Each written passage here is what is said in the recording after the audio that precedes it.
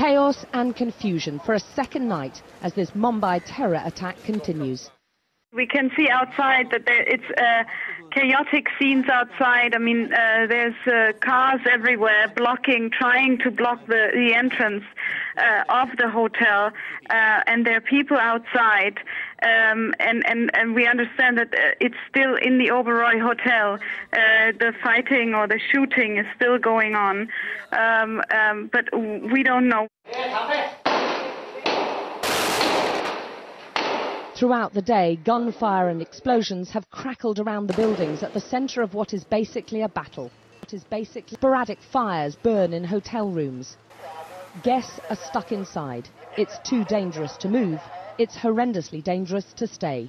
A night, a day and another night. They're still stuck, and this isn't over yet. India's been dealing with terror attacks for decades, but there's never been anything like this before. Police and commandos have been exchanging fire with the terrorists inside those luxury hotels, where some of the gunmen appear to be making their last stand. They switched off the TV after about 20 minutes, so we didn't have any incoming television. We didn't know, what was going on at all. And then the hand grenades, well, we actually just heard blast. We didn't realize they were hand grenades. And what worried me, actually, was we saw, because we could see what was happening in front of us out of our window, and we saw the kind of everyone assembling and everything getting going and looked like they were going to do something. And as the soldiers started running towards the hotel, pretty much into the lobby, there was another huge bang. And what I thought is, okay, this isn't just some guy with a gun. This is some sort of calculated or there's something more to it. And I think at that point I was really worried. Some of the hotel guests have made it to safety. Others made it out, but were attacked again, forcing them inside until the Indian security services could shuttle them out for a second time. I think really, he had been in amongst us in the room for the best part of the evening and the night.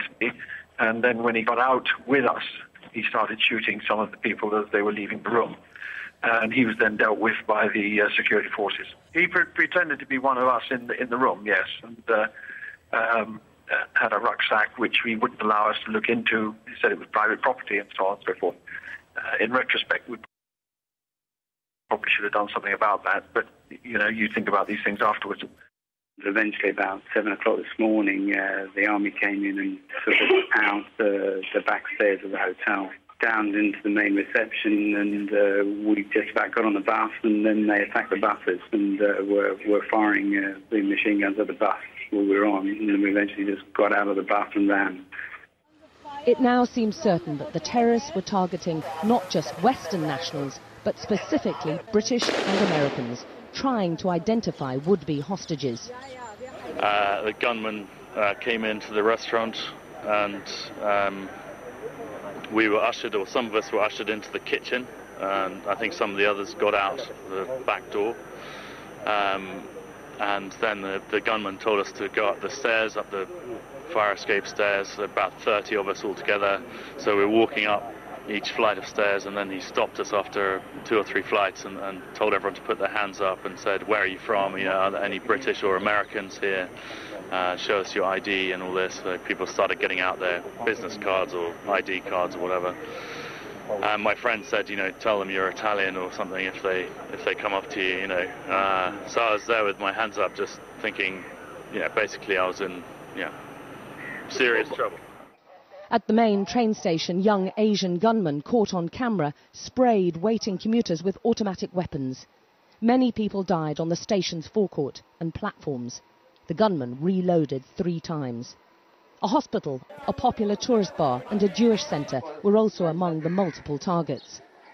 Siege situations continue at the Oberoi Hotel and the Jewish centre, but in this ongoing chaos, the exact details remain sketchy.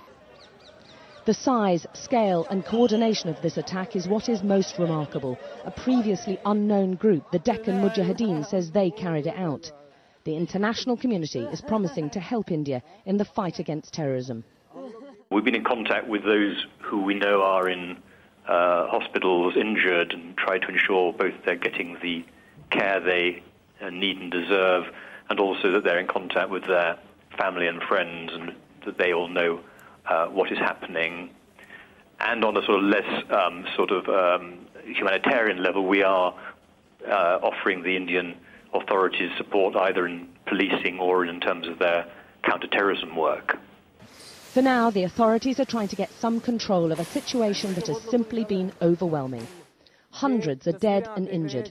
A dreadful event every bit as shocking as the 9/11 attack in New York, the bombs in London and Madrid.